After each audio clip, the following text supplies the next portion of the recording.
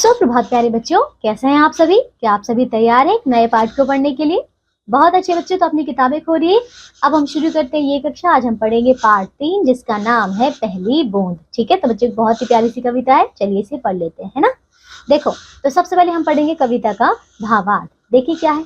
इस कविता के माध्यम से कवि ने वर्षा ऋतु के सौंदर्य और महत्व को बताया है। ठीक है बच्चों, ये बरसात के बारे में जो है एक पाठ है। ठीक है, कविता पहली बूंद धरती पर खूबसूरत एहसास दिलाती है। जैसे प्यासे को पानी मिलते ही वह तृप्त या संतुष्ट हो उठता है, वैसे ही यह धरती पानी की बूंदे मिलते ही खुश हो जाती है ना बच्चों, और वो लहराने लग जाती है। तो चलिए आइए पढ़ते हैं इस प्यारी सी कविता को। देखिए, वह पावस का प्रथम दिवस जब पहली बूंद धरा पर आई, अंकुर फूट पड़ा धरती से नव जीवन की ले अंगड़ाई। तो बच्चों देख रहे हैं यहाँ पे, देखो जब अब वो पहला दिन जब यानी कि बरसात की जो पहली बूंद है धरती पर आती है, तो क्या हुआ बच्चों, पहली बूंद जब धरती पर आती है वो क्या है, पावन दिन है। ठीक है, और अंकुर फूट पड़ा धरती से, क्योंकि जैसे उसे पानी मिलता है बस धरती से बच्चों नया बीज जो है एक नया आकार ले लेता है, और वो क्या हो जाता है बच्चों, नया पौधा बनना शुरू हो जाता है। ठीक है, तो देखिए अंकुर फूट जाता है, और है ना बच्चों। अब देखिए इसके आगे, धरती के सूखे अधरों पर गिरी बूंद अमृत सी आकर, वसुंधरा की रोमावली सी हरी दूब फूल की मुस्काई, पहली बूंद धरा पर आई। तो बच्चों कहते हैं देखो कि धरती के सूखे अधरों पर, क्योंकि देखिए जब तक बरसात नहीं होती तब तक क्या होता है, पूरी धरती सूखी होती है, एकदम प्यासी होती है ना। और अब क्या हुआ, अब उसी देखो जब पहली बूंद धरती पर आई, जब पहली बरसात हुई, तो क्या होता है बच्चों, वो अमृत के समान होती है। जैसे कि बच्चों एक प्यासे को अगर पानी मिले तो क्या होगा, उसके लिए तो वो अमृत ही लगेगा, है ना। तो ऐसी ये धरती के लिए है ना। अब देखो, वसुंधरा की रोमावली से, यानी कि वसुंधरा पूरी धरती की जो रोम है ना, वो कैसा हो जाता है, वो पुलकित हो जाता है, खुश हो जाता है ना।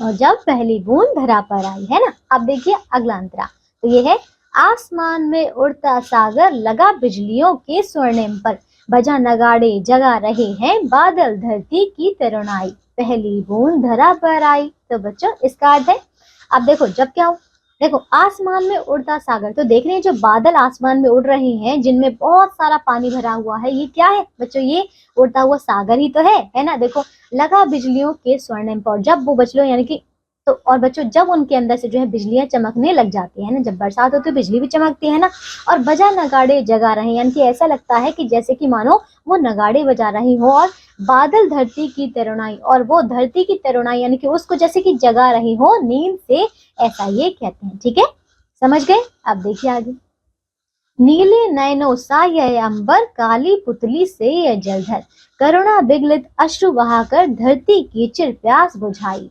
बूढ़ी धरती शस्य श्यामला बनने को फिर से ललचाई, पहली बूंद धरा पर आई। तो बच्चों इसका देखिए क्या है, कहते हैं नीले नयनों सा यह अंबर। तो बच्चों अंबर यानी कि आकाश को इन्होंने कहा है नीले नयनों जैसा, नीले नेत्र वाला। ठीक है, और देखिए काली पुतली से ये जलधर, जलधर यानी कि बादल कैसे हैं ये, मतलब जैसे जब बरसात होती है तो काले काले बादल आ जाते हैं, तो इनकी पुतली क्या कहा बच्चों यहाँ पे, उसी काले रंग को कहा है। और कहते हैं करुणा बिगलित अश्रु बहाकर, यानी कि अपना ये जो है पूरा दुख जो है, अपना आंसू जैसे बहाकर जो है अपना दुख अंदर का, और धरती की चिर प्यास बुझाई, और इन्होंने अपने आंसू से जो है धरती की ये जो चिर प्यास थी वो बुझा दी, है ना।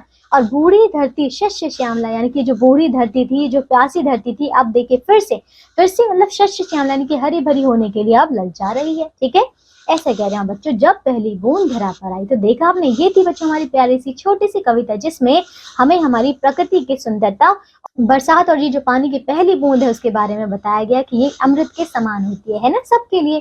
तो बच्चों इस कविता के कवि हैं गोपाल कृष्ण कौल। ठीक है, आइए अब बच्चों इसके आगे आपको कविता का सरलार्थ भी दिया गया, आप इसे एक बार भी पढ़ सकते हैं। ठीक है, और अच्छे से कविता को समझ जाएंगे।